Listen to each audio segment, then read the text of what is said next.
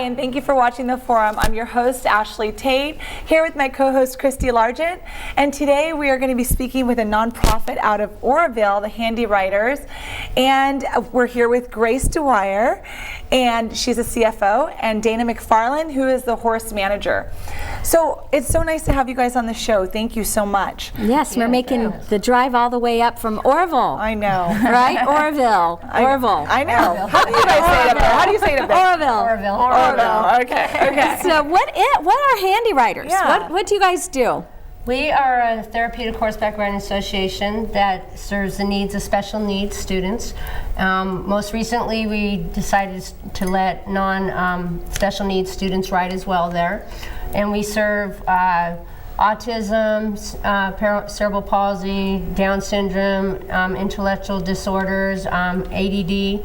Those are some of the things that we handle through the program, through therapy on horses. And you guys have been around for quite some time, right? So We were established in 1981. We have some students who've been riding. We have one student who's been riding for 30 years with Handi-Riders. Yes. Wow. Yeah. And so it can work with adults. It could work for children. Yes. It's not just children. Yes, it's anybody that would qualify as having a special need. Wow. And so also you guys brought in veterans, right? Just recently? Yes, we're getting ready to start a veterans program. We're trying to get that up and running. We still got to get some bigger horses for it. We're already signed up with the Wounded Warrior Project. Oh, wow. And with Path International and the veterans offices as well. Okay. So that as soon as we get our program going, we'll start having veterans come out there and ride and get therapies such as special needs do for their special needs. Wow. That's fantastic. So what exactly do you do? What is the program? Well, in the lessons, the students come and they're matched with the horse based on how their personality is and what the horse's personality is, and they meet their horse and then they go through a lesson, and horses are much less intimidating to these children and adults than people are. So in my experience, I found that they're much easier to open up to horses than they are to other people, and so nonverbal students will learn to talk and speak, and you'll hear great things come out from them, and they have great transitions after these programs. Do they just come and ride, or what do they do when they come? You mentioned lessons. What are you teaching them? Well, we do teach them the fundamental basics of riding, and we have games where they interact with the volunteers and they interact with their horses. We have things that are set up for the riders that need physical assistance. We'll do things that help them to balance their body and to learn to control themselves physically. Wow. So they learn the social, the emotional, and the physical components of what they would need to do to improve upon whatever condition they may have and to make some strides in that area, and it's incredible. And the more functional ones also, they learn to tack the horse, they learn to groom the horse, you know. That's what I was wondering, that kind of stuff. Like they learn because how to do that. the person is still there, the trainer would yeah. still be there, but if they're a little intimidated by people, do you try to keep yourself out of it so that they can develop their own relationship with the horse, or do We you try use to the grooming? incorporate them to go. We let them, if they're not too special needs where they can do it, some of them are in wheelchairs and can't do it, we have them go and groom the horse and get to know their horse better and tack their horse, and over time they recognize, they'll come and they're right away, you know, they're excited to see like RC or Sassy or whatever horse is their horse, and they immediately are all happy, and you see their face change when they get there.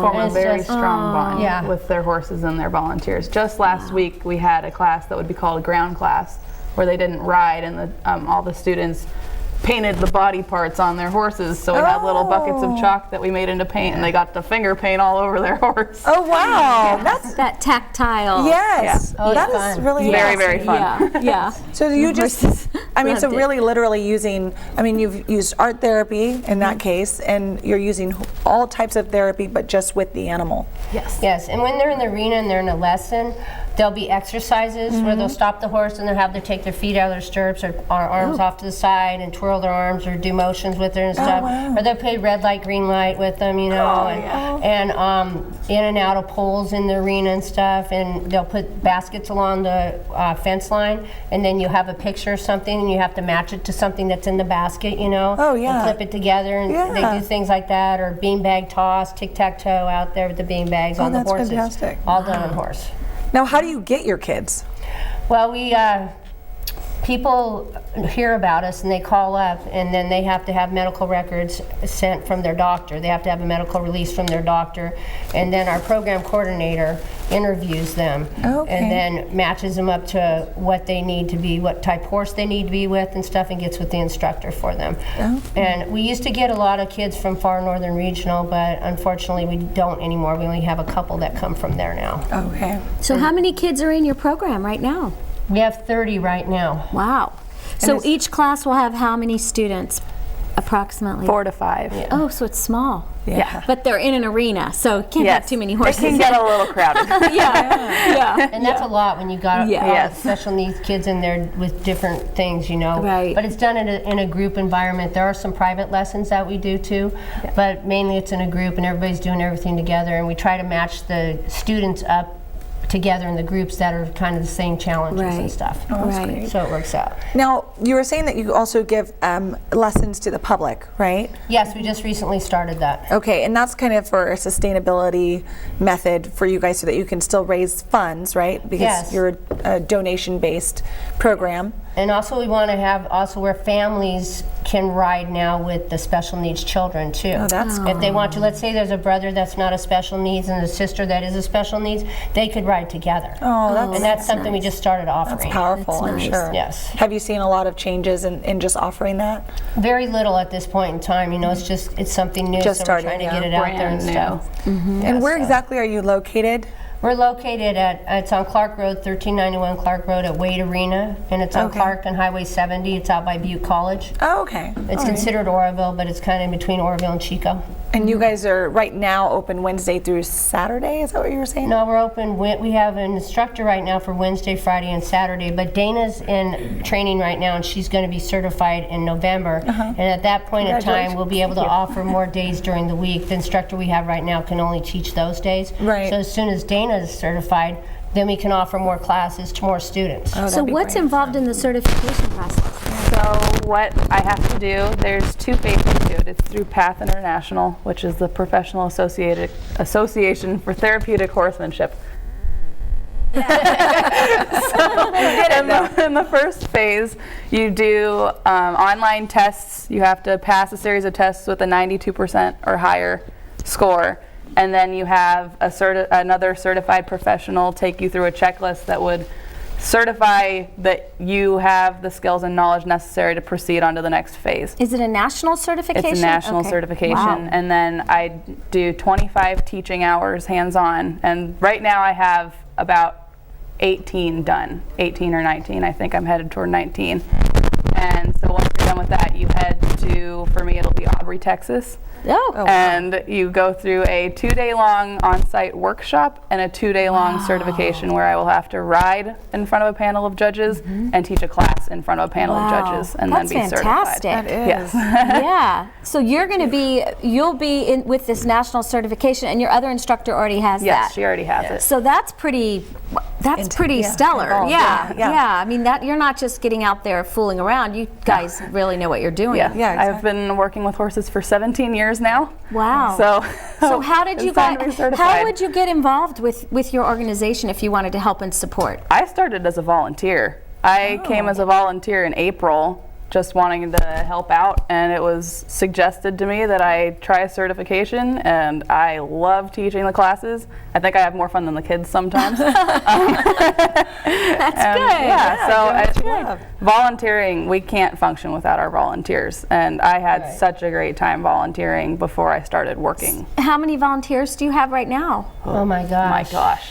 A lot. Maybe 40. It takes a lot of volunteers. Yeah. But And we that's have great to get that. We have a volunteer training before session that people come to and sign up. And they have to watch a video, they have to read the volunteer manual, they have to sign a release and everything. Yes. And But no horse experience is necessary Yeah. to volunteer. Wow. Wow. So, okay, here's the big question. How are you funded? we are funded through, we do fundraisers. We have special event fundraisers. We do 2 appeal letters per year, one in April and one in October. That brings money into us. And some people just send donations because they hear about us and stuff, but it's totally off of donations and fundraising. Mm-hmm. You know, and grants. We get some grants, not very many though. Are you the main you don't have a fundraiser on staff? We or don't, do you? Well, everybody kind of chips in It's a on it. collaborative I have effort. some that are my special events that I actually put on myself. Right. And some other people have events that they put on themselves every year, you know. Wow. So just a passion for what you guys are doing. It sounds I like. love the program. It's the Yeah. most wonderful thing I've ever been involved with. And I started out as a volunteer as well. And then they found out I had a bachelor's degree in accounting, so they made me the CFO. See what happens? See what happens when you step up? They're like, we'll take you. Oh, yeah. But it's nice that it's a self-referring program. It sounds like you don't have to be referred in. You can self-refer. Yes. Which is a good thing for people to know, because if you do have a special needs child, they can just call up and make sure they have all their medical records and everything. Exactly. Do you let children volunteer? They have to be 14 years or older. That's great. Yeah, that's good. So high schoolers could be High involved. school, yes. Yeah, That's great. We get a lot of Chico students that are doing internships or have to do something, a project for their professors and stuff, and so they'll pick Handi-Riders and do a certain amount of hours out there. So we get a lot of people from there, and our program totally runs on the volunteers. If we didn't have them, we couldn't do it. 'Cause Right. we Could not couldn't- function. Right. That's right. Yep. Wow. That's pretty awesome. So how do people get to know more about you? Handi-Riders, do you have a website? We have a website. And what is that? www.handi-riders.org. So handi-riders.org. Yes. If you're interested in giving money, first of all, giving time, supporting it, or getting the word out about it, or utilizing their services, right? Yes, and all our events and fundraisers that we have are always posted on there. When our session's going to start and our volunteer training's going to happen, it's all posted on our website. So you keep your And website on pretty up Facebook. to We have a date. Facebook page too. And what's your Facebook page? Is it Handi-Riders? Handi-Riders. Okay. All right, good. Well, I am so glad you guys came up. Thank you for having us. What? With an I. Handi. Yes, Thank you. with an I. Handi-Riders. Yeah. Yeah. So, okay, well, gosh, the first half of our show is finished. Thank you guys so much for coming. I know, fast. Huh? That went really Thanks fast. for watching. Don't go away. We'll be right back with the second half of our show.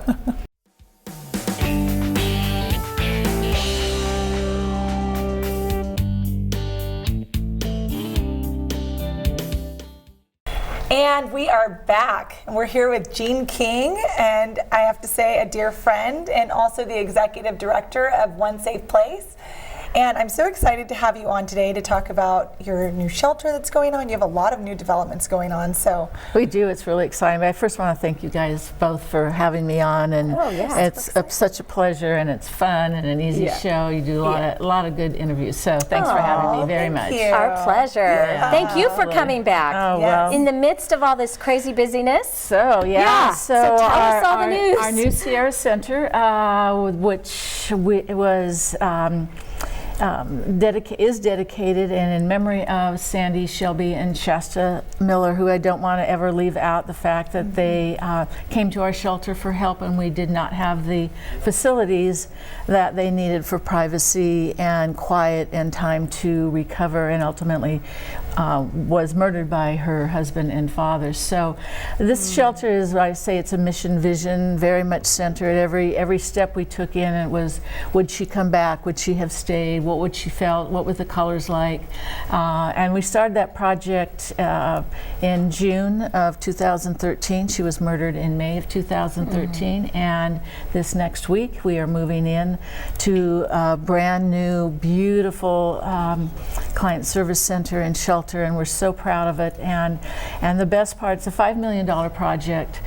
We've raised $3.5 million of that, and every dollar has been raised from citizens of Shasta County. Wow. So That is, okay, so say that again. Yeah. Because Yes. lately there's been so much negative about Shasta County, and this is such a huge positive. $5 million project. How much raised from Shasta County? $3.5 million think about that. in about probably just about a year and a half, which is incredible. Yes. Incredible. So It's incredible. it's really important to talk about that, because it is, we consider our not only as part of the community, but part of the safety of the community. And certainly there's so much conversation about that, and I want to keep bringing that up. You know, sometimes it's just a matter of moving forward. We actually didn't have a lot of committees and input on it. Of course, it's directly to what our mission is about domestic violence and sexual assault, and particularly family violence. Child abuse is my kind of main heart. Passion. It does show that Yeah. it gets to the heart of the board and your staff. I mean, what happened with Sandy was kind of the catalyst for this whole. I mean, this is a whole new vision, mission, everything. I mean, I'm sure you probably wanted this a long time ago, but they've wanted it for years and years and years. And you know, all we did, there was nothing different from years and years and years. All we said was, we're going to do it. Yes. Exactly. We're going to do it. I think it's such a light for our community because so many of us are like, oh, I wish we could do something about this problem or that problem. But you guys actually did it. You just said, we're doing it, doggone it, and we're going to make it happen. And the people of the community stepped up. So what is the end result? Tell us about the Sierra Center. And we see it right there. So it's a 16,000 square foot building we've remodeled.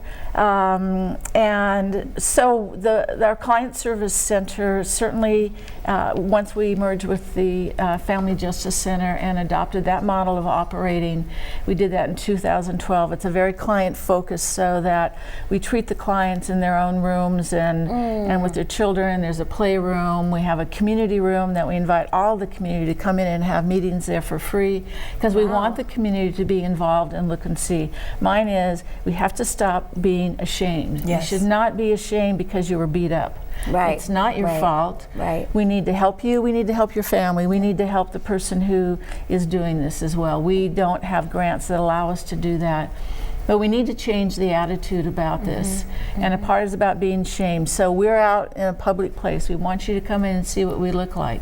We want you to feel good. I could send my sister, I can tell my friend to go there, and I know that they'll feel proud to walk in the door and get help. So as a community, I ask the community to take on that responsibility with us.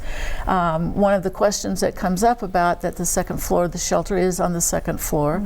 We've moved to a house that is a secret location. And the idea of it being secret is for safety reasons, except what we know is that the perps, the abusers, know where it is. They already know. They already know. So the good citizens of Reading don't. Right. All of those who can help and those who were afraid of do. And yet over the 30-some years we've had it, we've had hardly any incidences and no major incidences. And one of the things I love about what you're doing as far as the community and just in general, I mean, you've brought in so many different people on this project. 2 women that did the plans, right? The architecture. Judy Simonson and Lynn Wanacott. Okay, that I mean. Gifford Construction. Yes. Came in 2 months ahead of under schedule and under budget. That's fantastic. It's been like that. I have to tell you a very touching story. Pastor Stephen Campbell of First Church of the Nazarene went through the building in the early stages, called me a week later and said, I'm touched by this. It's something that I want my congregation to be involved in. I want to take on other congregations and come in together. How much will it cost to furnish the shelter? All the beds and the furniture and the appliances and everything like that. Come to about $100,000. Because how many bedrooms do you? We have 13 bedrooms. Okay. Wow. And so individual bedrooms with individual showers, individual heating, air conditioning. Oh, so it's a fantastic. completely different system. Sandy Miller would have stayed.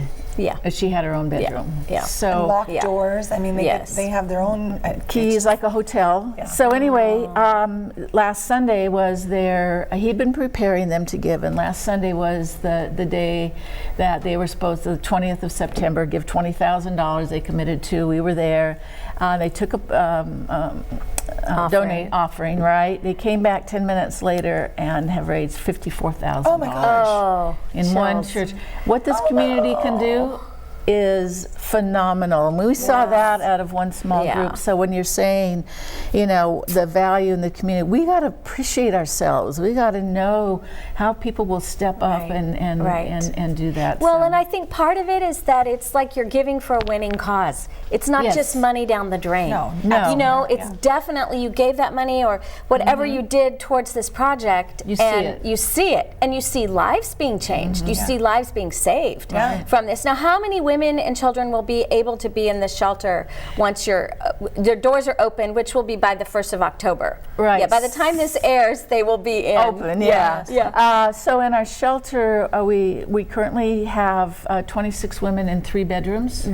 So you can imagine Wow. what that looks like. Say that again. 26 women in 3 bedrooms. In 3 bedrooms. Wow. That's currently. That's currently. But now we can hold over 50 people. 50 people, we're looking at more like about 3 to a family in our bedrooms, and so we'll be able to serve more people, but the best part is that they will actually be able to stay 60 to 90 days, and now they only stay an average of 12. Now, can Wow. you explain a little bit about the concept and your vision about, so there's a common area, and I mean, I also like let people know how they can book a tour, come see it. I mean, it's very impactful.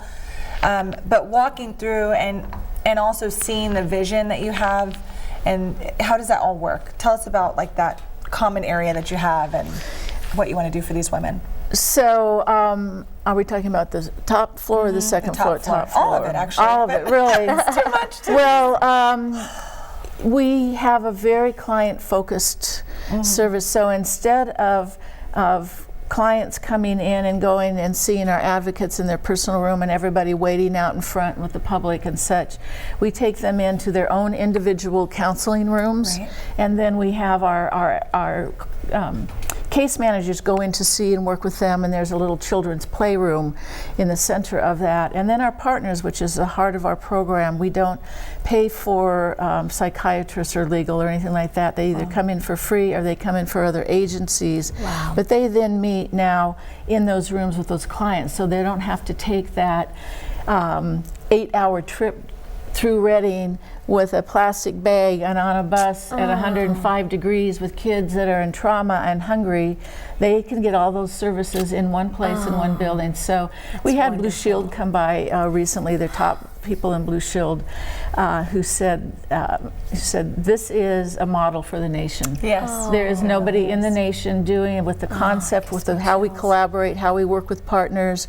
We're actually able to reduce staff a little bit because of our partner collaboration system. So Right here in we're Shasta thrilled County. right here in Shasta Yeah. County. That's And we're but the main thing is that we just one quick thing. So in 2012 we saw 2,500 visits for service, and this last year we saw 7,300 visits for service. Oh my goodness. We know we're seeing more people. We know we're making a difference, and that's because of this community. Wow. It's tripled. Yeah. You tripled the service you're able to give. That's not because there's more domestic violence. It's because more people are coming to us for services and feel comfortable, and the way that we treat them and help them has improved. Do we help everybody? Has everybody come out happy with us? That never happens. No. And I do want to just say one thing that would be, I think is pretty important to know, that you don't have to go to One Safe Place just to stay there. No. You can go for services if you're in crisis or you have some sort of, domestic violence dispute. That's Need a restraining order, Yes. something like that. So only about 10% of ours ever go in and use the shelter, because you go in the shelter if you're homeless or if you're in danger for your lives. Right. Everybody else really has places to stay. They live with somebody else. They still may be living with the person. You can still come in, or the abuser, and get all the services. That's really our heart of our business. And I think very, that's- very few stay in the shelter. Okay. Which is actually outstanding, Yes. because Right. they're able to they're helping themselves, Yes. but then you guys are there with all the technical aspects of how do I get a restraining order? How do I feed my children while I'm going through this? We help them make a plan with all those things. How are they going to feed their children? Right. What are all those things that they need to do? And then we help with them, what their services and things, and how we can help them do that. That is so neat. And how can people find out best about what you have going? So there's two things. Our main, and it's all over everywhere, I hope this is easy to find, is our crisis line number is also our answering, and we're on the phone with everyone, which And is what's that number? 244-0117. So that's anybody, just call our crisis line for any little thing, doesn't matter. And then of course we have a website, www.ospshasta, OneSafePlaceShasta.org. So it's ospshasta.org. I cannot believe we're out of time. Thank you, Jean. I'm you sorry so to make much. such a rough ending. Thank you for watching. One Safe Place, support it. It's so worthwhile for our community. It's a huge, huge beacon, a lighthouse. Yeah. Thank you. Thanks for watching. We'll look forward to seeing you again next week on the forum.